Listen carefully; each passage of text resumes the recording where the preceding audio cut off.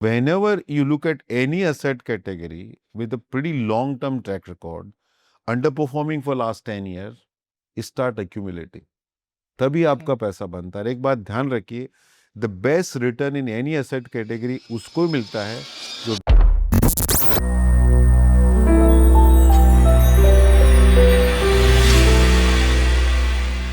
जब आप इन्वेस्ट करते हैं तो आपका मंत्रा क्या होता है?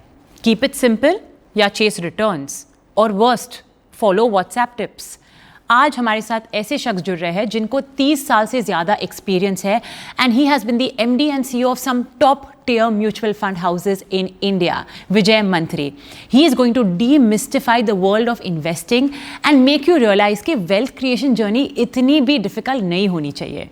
Vijay ji, thank you so much for joining us on Learn from Masters. Thank you very much. 1993 में आपकी जर्नी शुरू हुई म्यूचुअल फंड इंडस्ट्री में एंड फाइनेंशियल सर्विसेज इंडस्ट्री में। तब से आदित्य बिरला, PGIM, कई सारे म्यूचुअल फंड हाउसेस में आप थे। आपने 1993 से आपने ऐसा ऐसा क्या मोमेंट था which completely change the way you think about money? So, the analogy is with food. So, if you look at food, the essential function of food is to provide nutrition to body and give energy. But what drive food habits? It is the taste buds, which tells you what to eat, what not to eat. And when you consume a gulab jamun, which is stay in your tongue for 1 minute, but nobody asks the internal organ how many hours it take to consume it. Similarly, when it comes to money, people look at return optimization. Return is the last thing one need to look in the investment product. The way the test is the last thing one need to look on food. I'm not saying it is unimportant. It is very important. But that should not be the only criteria one look at investing. So, just understand कि investing is a postponement of current consumption. और current future में जब consumption का need आएगा तब आपका asset liquid होना चाहिए। तो सबसे पहले लिक्विडिटी नीड्स होना चाहिए। कोई भी इन्वेस्टमेंट प्रोडक्ट में पहले जब मुझे पैसा चाहिए तो 1 दिन से 7 दिन में निकाल सकता हूँ, नहीं निकाल सकता हूँ। So I have seen many family जो असेट हेवी कैश लाइट होते हैं, क्योंकि उन्होंने बहुत सारा रियल एस्टेट में डाल रखा होता पैसा, बहुत सारा स्ट्रक्चर प्रोडक्ट में डाल रखा होता पैसा। उसके बाद होता है draw down. So when you look eight investing, आप हमेशा एज्यूम करते हैं कि बेस्ट केस सिनेरियो, कि मेरे को 15% मिल जाएगा, मेरे को 20% मिल जाएगा। But journey is not linear, it can never be linear. तो आपको लिक्विडिटी नीड आइडेंटिफाई करना है, आपको ड्रॉ डाउन आइडेंटिफाई करना है, एंड यू से कि with this liquidity need, with this draw down I am comfortable. तो ये खाने में इतना प्रोटीन होना चाहिए, इतना कार्ब होना चाहिए, उसके बाद टेस्ट के बारे में सोचना चाहिए। और तो ये मेरे लिए बहुत एक डिस्कवरी का प्रोसेस था कि रिटर्न ऑप्टिमाइजेशन। लोग मेरे पास आते हैं कि बेस्ट म्यूचुअल फंड कौन सा है, बेस्ट रिटर्न कौन सा है, but that is a starting conversation, and that should not be part of conversation, but that is a starting conversation. So return optimization पे ध्यान कम देना चाहिए, पैसे का रियल यूटिलिटी क्या है उस पर ध्यान देना चाहिए, और उसके बेसिस पे आपको इन्वेस्टमेंट करना चाहिए। और उससे हम बहुत चीज़ सीख सकते हैं इंडियन वुमेन से, कि why they are considered today the one of the greatest fund manager in the world. उन्होंने क्या ज़बरदस्त काम किया। देखिए पिछले 10 सालों में डॉलर के अगेंस्ट रुपी डिप्रिशिएट हुआ 40%, लेकिन इंडियन महिला ने 10,000 टन गोल्ड खरीदा। So they went long on gold and short on USD। कोई फंड मैनेजर नहीं कर पाएगा। उसका रीजन क्या है? They invested in asset category which can be taken out any day. They invested in asset category where they never thought of selling. कभी view नहीं लिया, कभी कोई फंड मैनेजर की सुनी नहीं, कभी कोई इकोनॉमिस्ट की सुनी नहीं, कभी किसी ज्ञान नहीं लिया।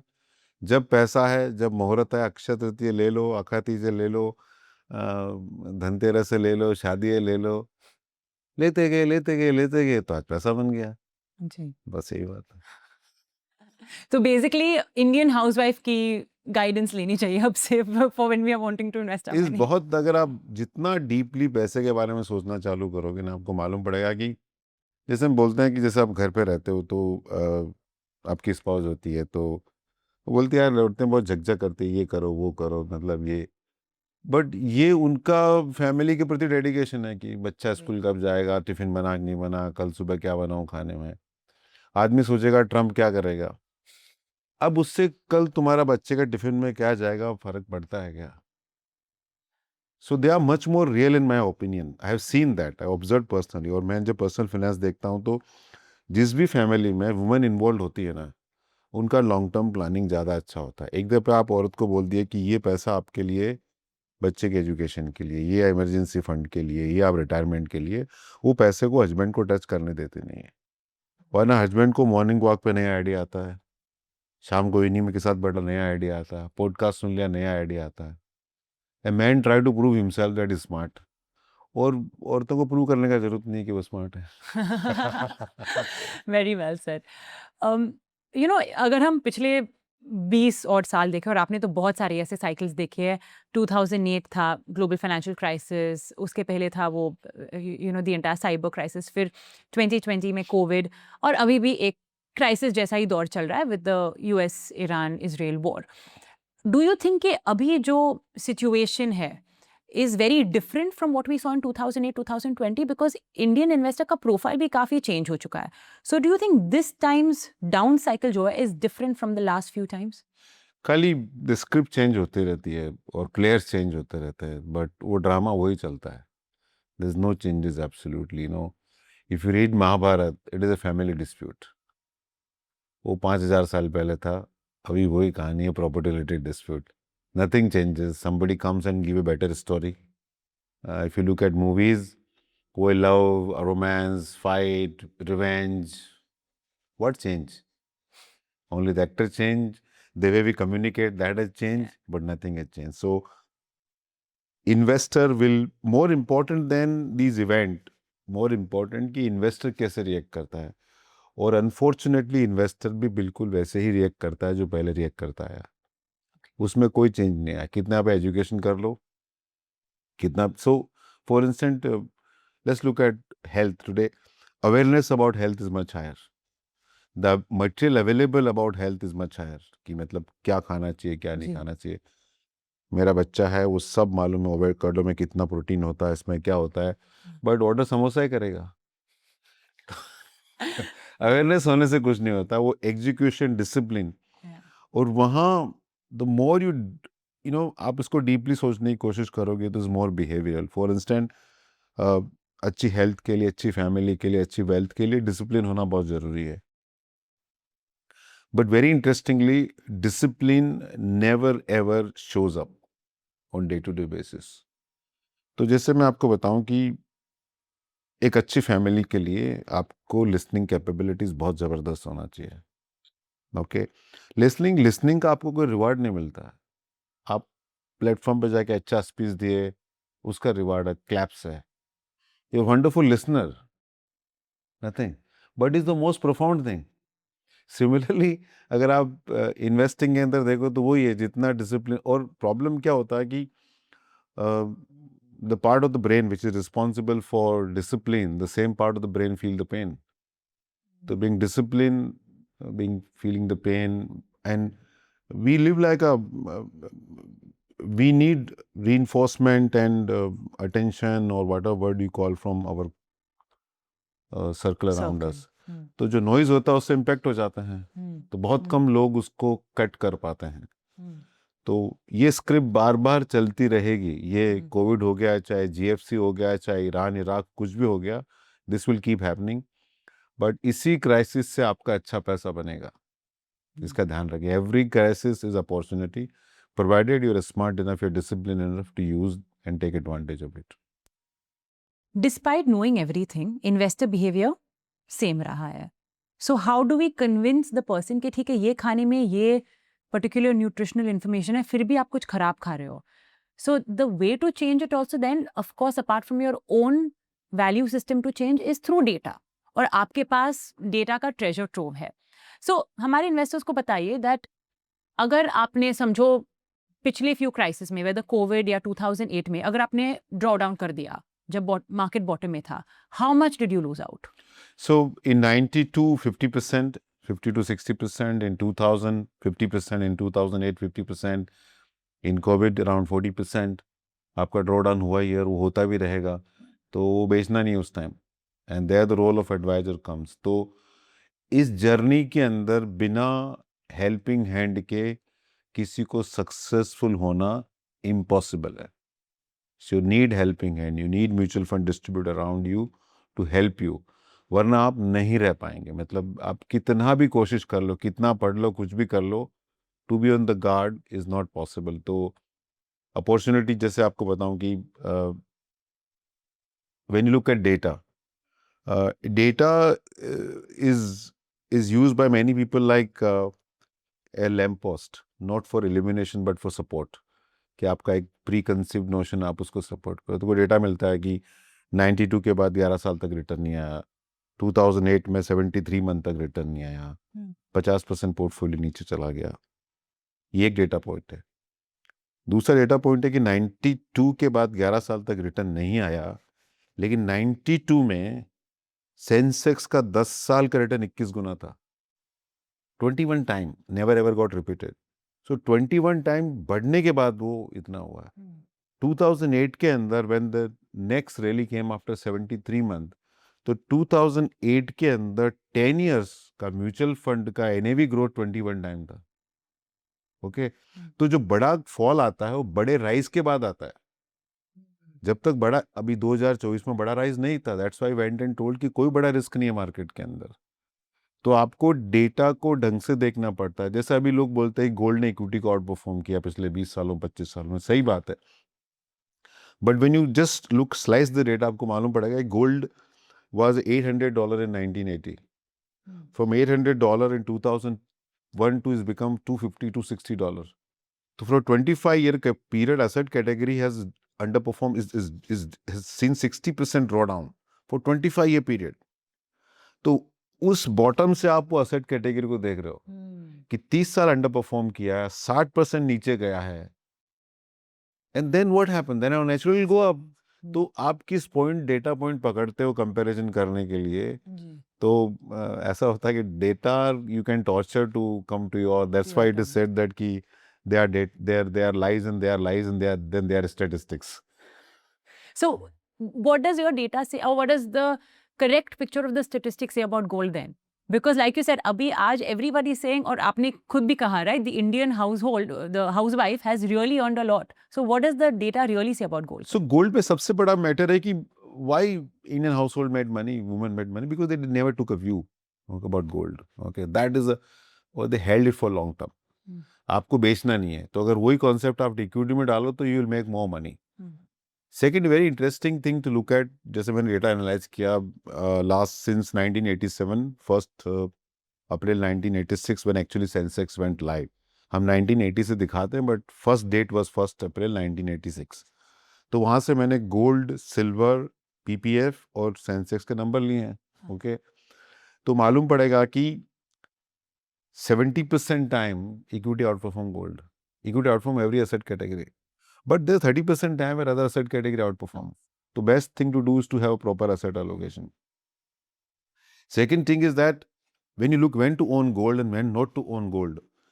तो मैंने गोल्ड के पूरा डेटा एनालाइज किया. तो नवंबर 2011 the 10-year gold return was around 19%. So whenever you have a gold 10-year return exceeding 15-16%, not a wise thing to do fresh allocation. Okay. Whenever the gold returns, 10-year gold returns are in single digit में रहता ना, accumulate. ये assume मत करिए कि 10-year return 2 साल पहले 10-year return was less than 10%. इसका मतलब ये नहीं कि immediately आपको kick-up मिल जाएगा. But वहाँ probability to make money goes up substantially. So whenever you look at any asset category with a pretty long-term track record, underperforming for last 10 years, start accumulating. तभी आपका पैसा बनता है. एक बात ध्यान रखिए, the best return in any asset category उसको मिलता है जो ड्रॉ डाउन के दौर से निकलता है, वरना पॉसिबल नहीं है. Okay. A little bit about the overall markets before we again get into SIP. India का GDP story काफ़ी promising है. पिछले कई सालों से we've seen how GDP has risen. Still there is this disconnect. Markets are underperforming, but वो of course global scenario की वजह से भी है. How would you explain this to an ordinary investor कि आप मुझे बोल रहे हो कि India story is strong, India story is intact, हमारा कंजम्पशन स्ट्रॉन्ग है, पर जब मैं मार्केट में देखूं तो वो तो मुझे दिखता ही नहीं है. तो मार्केट क्या है कि market is the opinion of millions of people. So when you try to predict market, you are trying to predict the opinion of millions of people. वो इम्पॉसिबल है। आज स्टॉक एक्सचेंजेस के अंदर वॉल्यूम्स होती है, millions of trade happen, somebody is buying and someone is selling, और जो बेच रहा है उसको लगता है बेस्ट प्राइस मिल रहा है, जो खरीद रहा है उसको लगता है बेस्ट प्राइस मिल रहा है। तो आपको मिलियंस लोगों के ओपिनियन के बारे में सोचना है, वो इम्पॉसिबल है।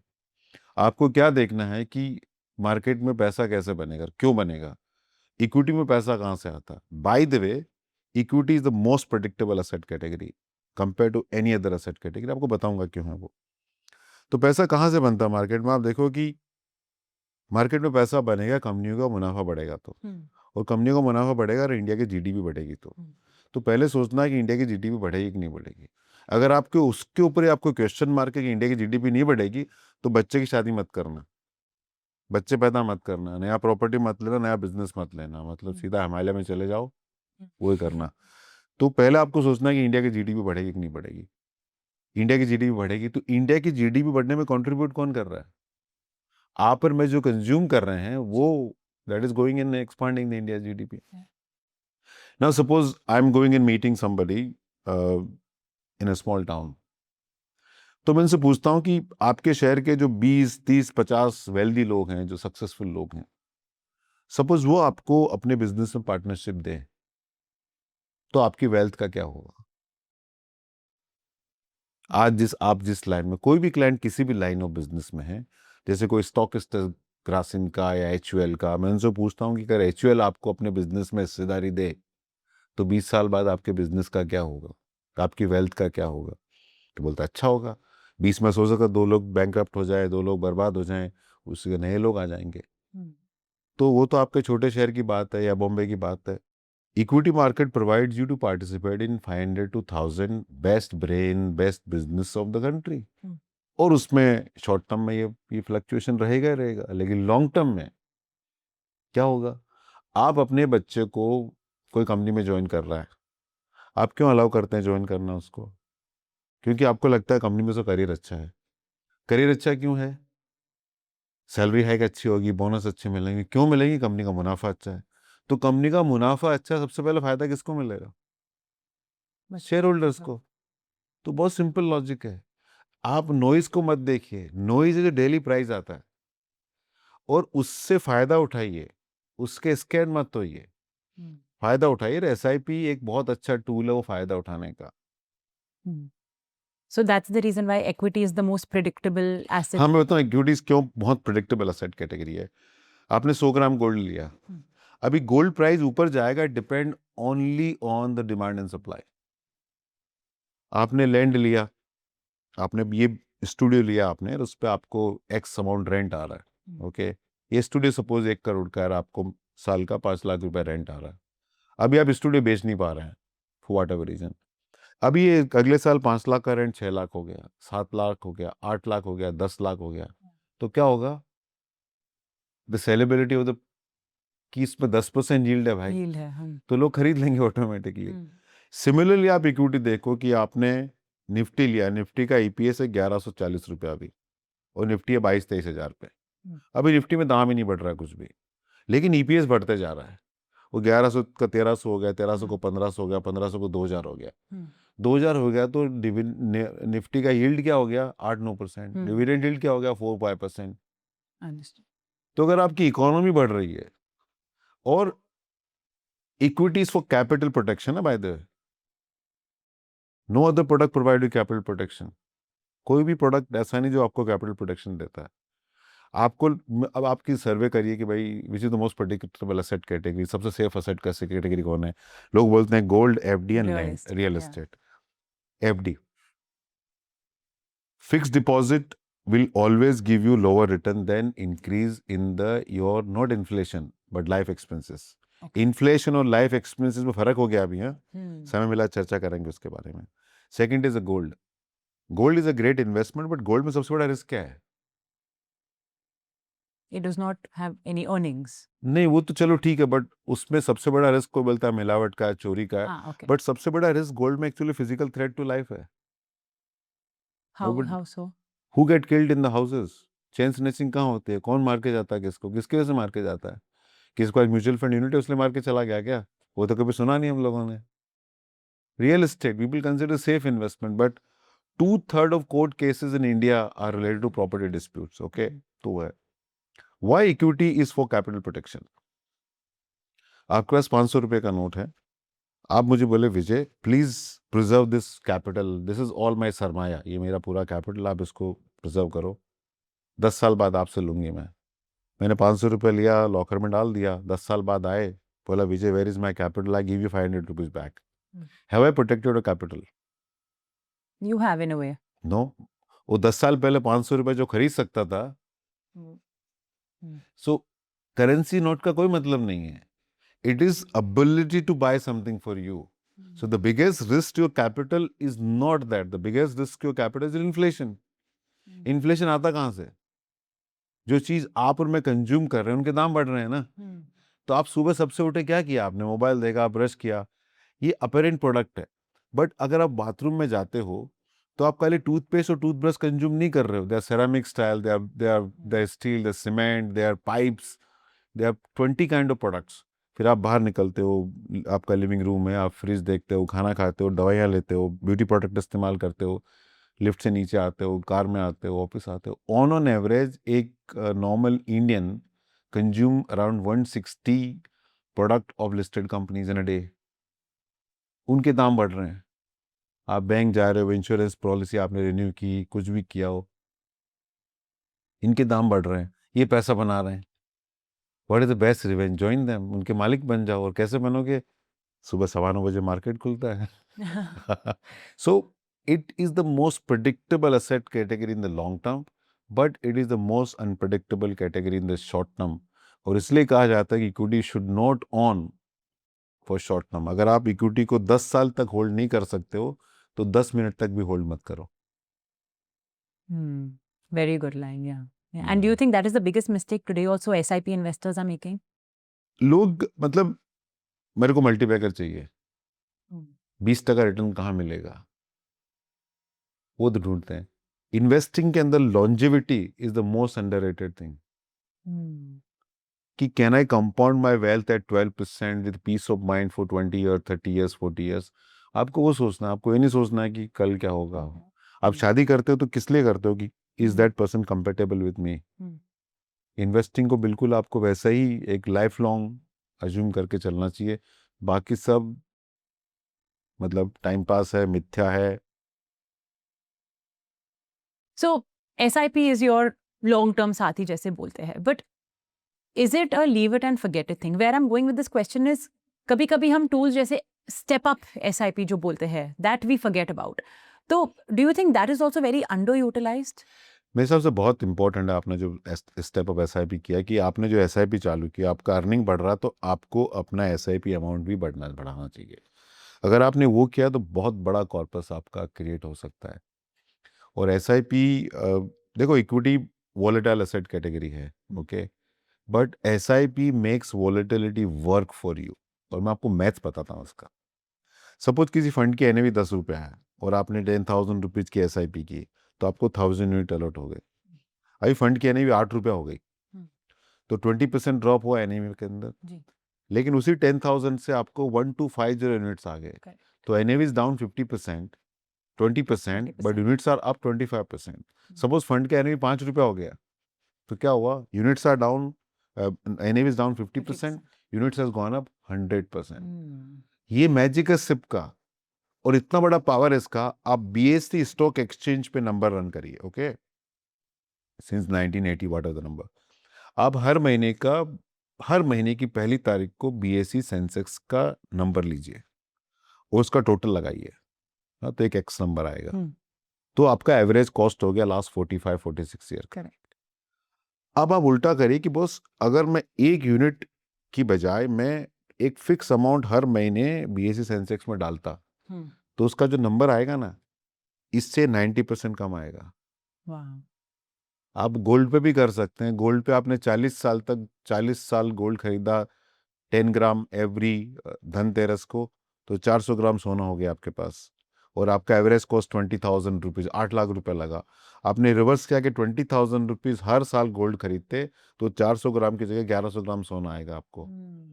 तो SIP में आप फिक्स अमाउंट इन्वेस्ट करते हो, तो जो भाव नीचे होता है तो ज़्यादा आपको यूनिट्स आते हैं। और अगर आप मैं लॉन्ग टर्म इन्वेस्टर हूँ तो मेरे को तो बाजार गिरने में खुशी होनी चाहिए। वेल्थ का फॉर्मूला क्या है? NAV multiply by number of units of wealth. तो क्या हो गया, अगर NAV बढ़ी तो मेरा वेल्थ बढ़ा, NAV गिरी तो नंबर ऑफ यूनिट्स बढ़ गए मेरे। ओके, उस टाइम पेनफुल प्रोसेस होता है। इसलिए मैंने एक फ्रेज निकाला है कि in SIP good returns are the good return, the best bad return are the best return. लेकिन जब तक आप ड्रॉ डाउन के फेज के थ्रू नहीं निकलोगे ना, आप स्वर्ग नहीं जाओगे।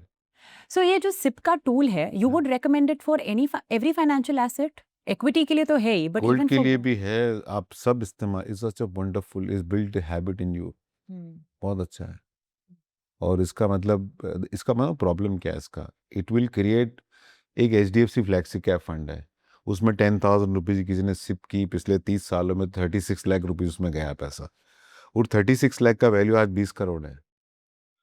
बट प्रोवाइडेड कोई 30 साल तक टिका उसमें, प्रोवाइडेड 30 साल पहले आपके पास 10,000 रुपया था।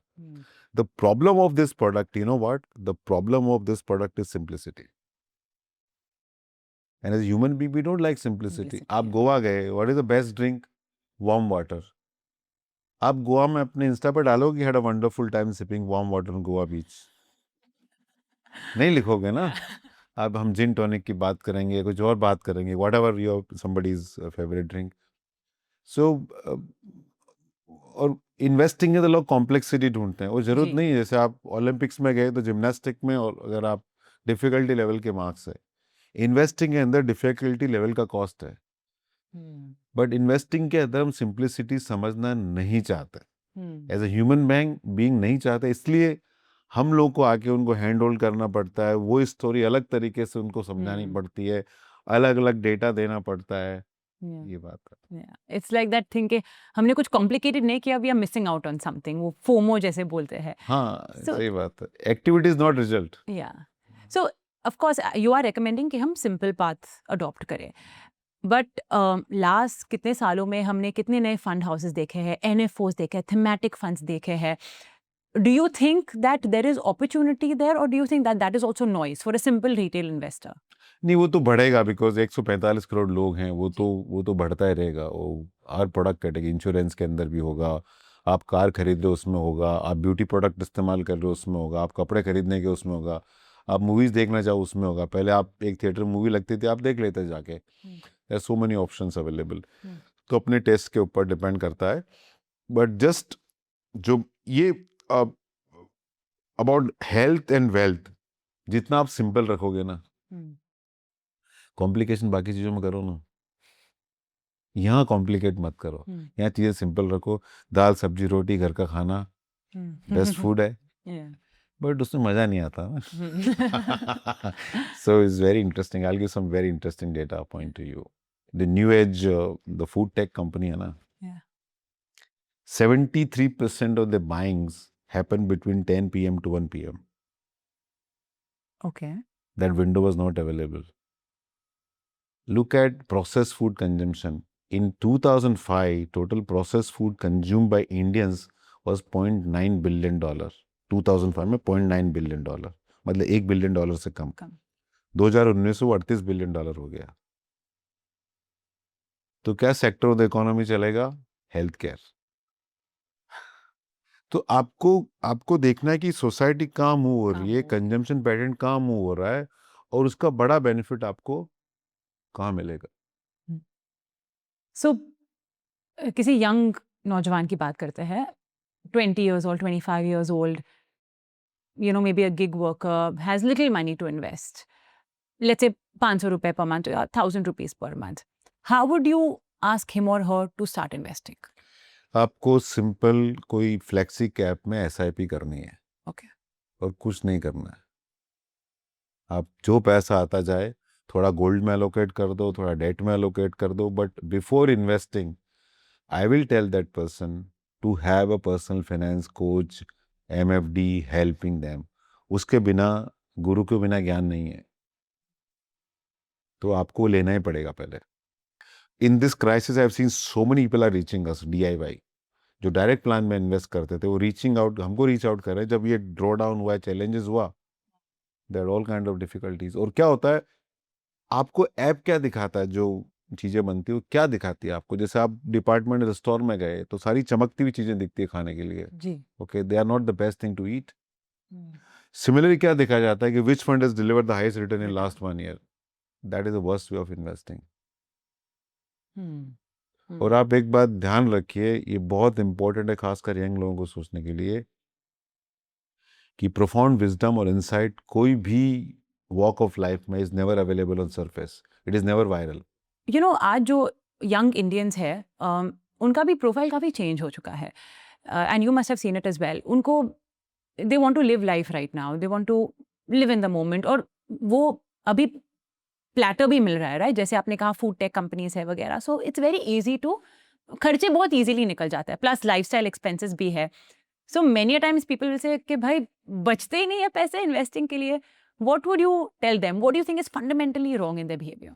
सो जब भी आप पैसा खर्च करो, तो जब भी आप खाना खाओ, तो ये देखो कि ये खा रहा हूं मैं, इसको पचाने में कितना टाइम लगेगा। खाने में 2 मिनट लगेंगे, but how much time will take to digest, आप वो मैथमेटिक्स लगाओ। सो सपोज आपकी 10 लाख सैलरी है, आपको 2 लाख का बोनस मिला, और आपने इमीडिएटली एप्पल का द हाईएस्ट कैटेगरी वाला फ़ोन ले लिया आपने, 2 लाख चले गए उसमें, 5 मिनट में खर्च हो गया पैसा। तो 2 लाख कमाने में कितने दिन लगे? 365 दिन आपने काम किया। If you are a young person, most of the young people crave for what? For many of them, job sucks. Immediate superior sucks. तो वहां से फ्रीडम कहाँ से मिलेगी? कंज्यूम करके मिलेगी, इन्वेस्ट करके मिलेगी? सबसे बढ़िया फ्रीडम है कि you can spend time the way you want to spend. वो तभी पॉसिबल है आप प्रूडेंट रहो अपने इन्वेस्टिंग के अंदर। तो आपका गोल अलग है, आपका बिहेवियर अलग है, आपकी एस्पिरेशन अलग है, आपका बिहेवियर अलग है। जैसे कभी एक स्टडी की किसी ने on food habits of people, 83% agreed about junk food, packaged food. But when asked the question, how many would like to change their behavior, the number dropped down to single digit. वो भी उन्होंने कहा है, करेंगे पता नहीं कितना। So it is very important कि आपका बिहेवियर आपकी एस्पिरेशन के, वरना क्या होगा, you will only live in frustration. जी। So बेसिकली जितना आप अपनी जॉब को डिसलाइक करते हो उतना ही ज्यादा मोटिवेशन है to invest in a nutshell. I want to know a little bit about what you think of the India story, because हमने देखा है, right, the way the GDP is growing. आपने भी बताया कि किस तरह से जीडीपी ग्रो हो रही है। Realistically what sort of return expectations somebody who's doing an SIP should have? Of course, past performance को तो देखना नहीं चाहिए, but it's very tempting to look at that because 12%, 15% is something that people have come to assume कि ये तो है ही rate of return when you're doing an SIP. But according to you, और given हम जिस juncture पे है India के लिए, what do you think is a realistic? So ये एब्सोल्यूट नंबर कभी नहीं आते हैं। अगर आपको ईयर 2000 में 12% बोलता था, किसी को इंटरेस्ट नहीं होता, भाई 12% बस RBI बॉन्ड देता था। तो आपको इक्वेशन समझनी है, equity return is GDP plus inflation is equal to equity return, और स्मॉल मिड कैप में थोड़ा ज्यादा आ सकता है। Inflation is equal to debt return. तो अगर इन्फ्लेशन नीचे गया तो आपका डेट रिटर्न भी नीचे जाएगा, रियल एस्टेट का भी नीचे, इक्विटी का भी नीचे गया। अगर जीडीपी नीचे गया तो आपका इक्विटी का रिटर्न भी नीचे आएगा, आपका रियल एस्टेट का रिटर्न भी नीचे आएगा। लोग बोलते हैं Japanese market is not deliver return for 30 years, okay, but वह इन्फ्लेशन 0 था, एफडी 0 थी, रिटर्न आएगा कहाँ से? तो ये इक्वेशन हमेशा रहेगी। अगर जीडीपी 6-7% एक्सपांड हो रही है, इन्फ्लेशन 5-6% है, तो आपको 11-12% रिटर्न आराम से इंडिया के अंदर छूटने वाला है।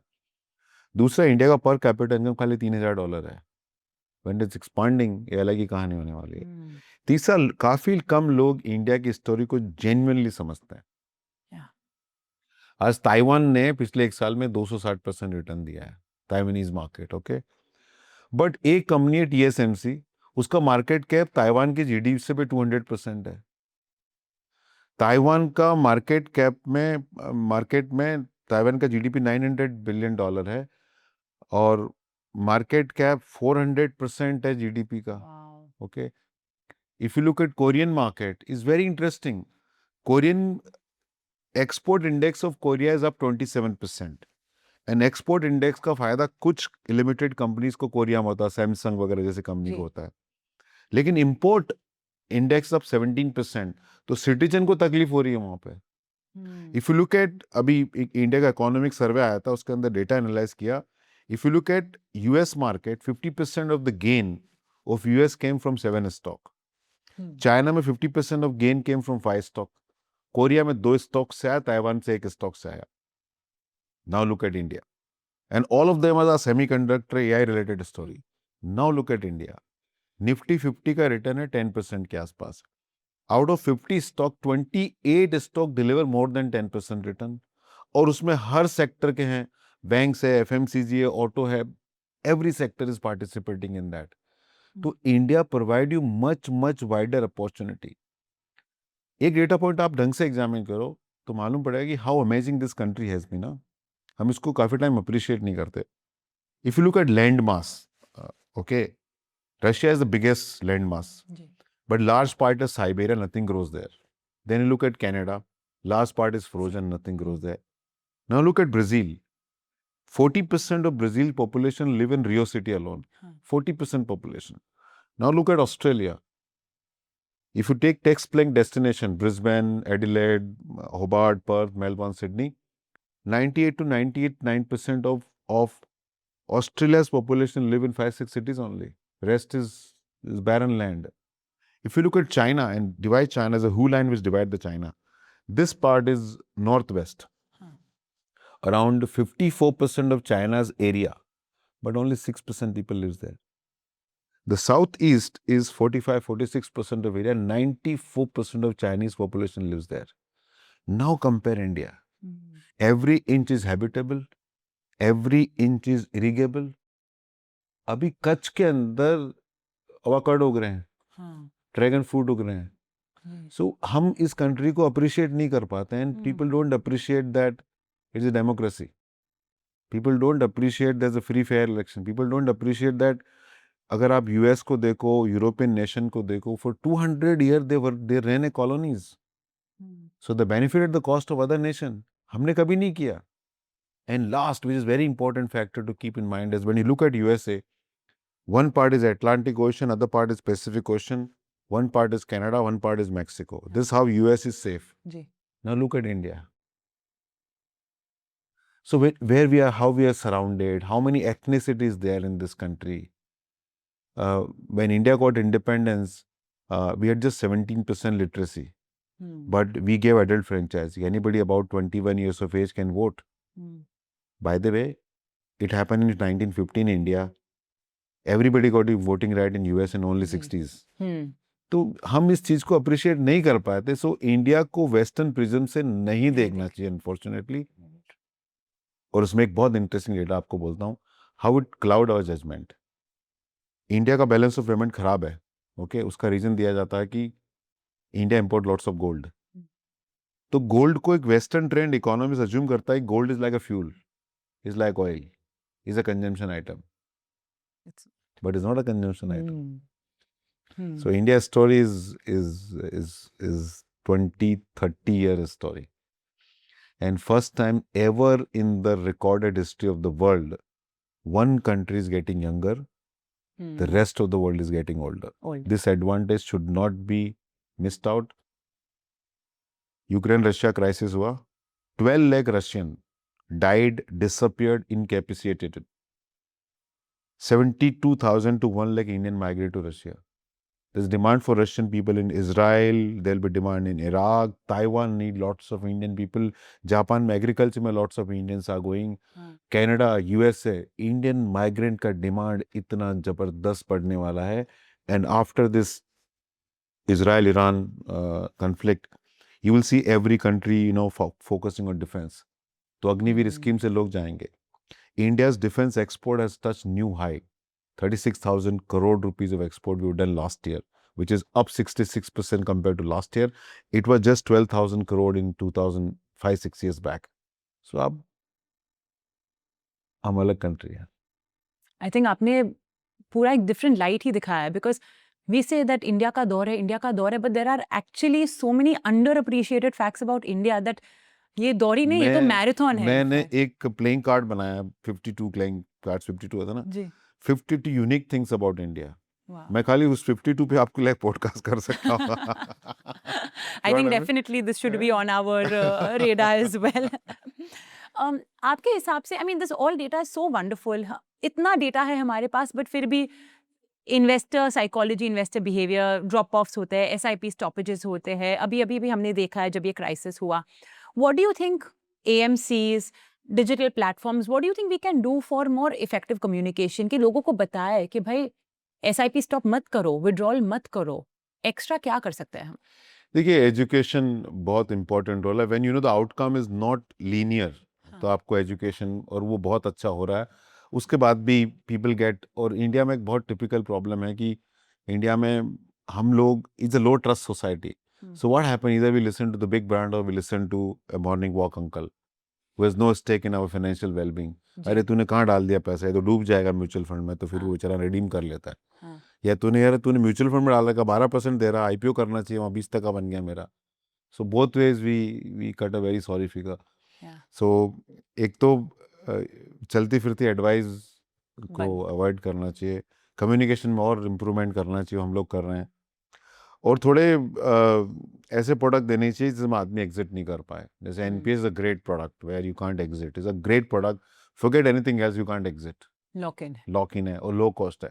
इंश्योरेंस भी ग्रेट प्रोडक्ट है फ्रॉम दैट पर्सपेक्टिव, लेकिन वहाँ पे वो एक्सपेंसेस बहुत ज़्यादा है जी। तो that's why we don't talk to fun about it. But I think mutual fund में ऐसे प्रोडक्ट आने चाहिए कि जहाँ एटलीस्ट 5-6 साल का लॉक इन रहे, जी। आप पैसा निकाल नहीं पाओ 5 साल के लिए। I think that will be in my opinion. अगर आपको बिहेवियरल सोल्यूशन चाहिए तो आपको कुछ तो बंदिश डालनी पड़ेगी, वरना आप डोंट एक्सपेक्ट कि हर आदमी डिसिप्लिन रहे, नहीं हो पाता वो। सो आपकी पर्सनल मुझे एक स्टोरी चाहिए, दैट डू यू थिंक आप शुरू से ही 1990 से ही आपके अंदर वो डिसिप्लिन था कि आपसे भी कुछ गलतियां हुई है शायद अर्ली ऑन? गलती नहीं, हर इंसान से, मैं इतने लोगों से डील करता हूँ, I haven't seen a single person who has not made money mistake. It is just not possible. What was your biggest money? मेरा, हमने भी जैसे चालू किया तो पहले हम भी मतलब किसी ने बोला कि F&O कर लो, उस टाइम कर दे, तो वो जितनी जमा पूंजी 1-1.5 लाख रुपए थी वो सब चली गई। फिर बोला इक्विटी मार्केट टच ही नहीं करना है। फिर किस वापस देने के लिए तो सही तरीका नहीं है कि you should learn from mistake rather than just think. So we figured out that our approach was very wrong. So now become more disciplined. Then I haven't done it. For instance, I don't do stocks at all. My entire wealth is managed assets only. So वो एक ऐसा incident था which you naturally, वो discipline आपके अंदर आ ही गया फिर? हाँ, डिसिप्लिन, क्योंकि आपको अपनी मिस्टेक से सीखना है। अगर आप सीखो नहीं तो if you keep making the same mistake, then there's no point. So there's no problem in mistakes, there's no problem, but important thing कि आदमी झूठ बोलता है और सबसे ज़्यादा झूठ आदमी अपने आप को बोलता है। So you have to have a very very honest reflection what went wrong and then decide course of action कि अभी मैं ये नहीं करूँगा। Vijay ji, I think we speak a lot about, you know, why you shouldn't stop SIP, why India is in a bull run, etc. But I think जिस तरह से आपने डेटा को प्रेजेंट किया, it really throws all of these facts in a very different light. And I hope that investors आपकी बात सुने और सिर्फ सुन के डिस्कार्ड नहीं, but actually execute भी करे. So thank you so much for joining us. Thank you, and thank you to the Prudent Asset India Private Limited, and thank you MF Bharat. आप लोग बहुत अच्छा, आपकी टीम बहुत अच्छा काम कर रही है, उन्होंने that initiative you are helping them, so thank you very much। आज आई एम श्योर जिस दृष्टि से आपने इंडिया और इन्वेस्टिंग इन इंडिया के बारे में सुना होगा, वो आपने पहले कभी नहीं सुना होगा।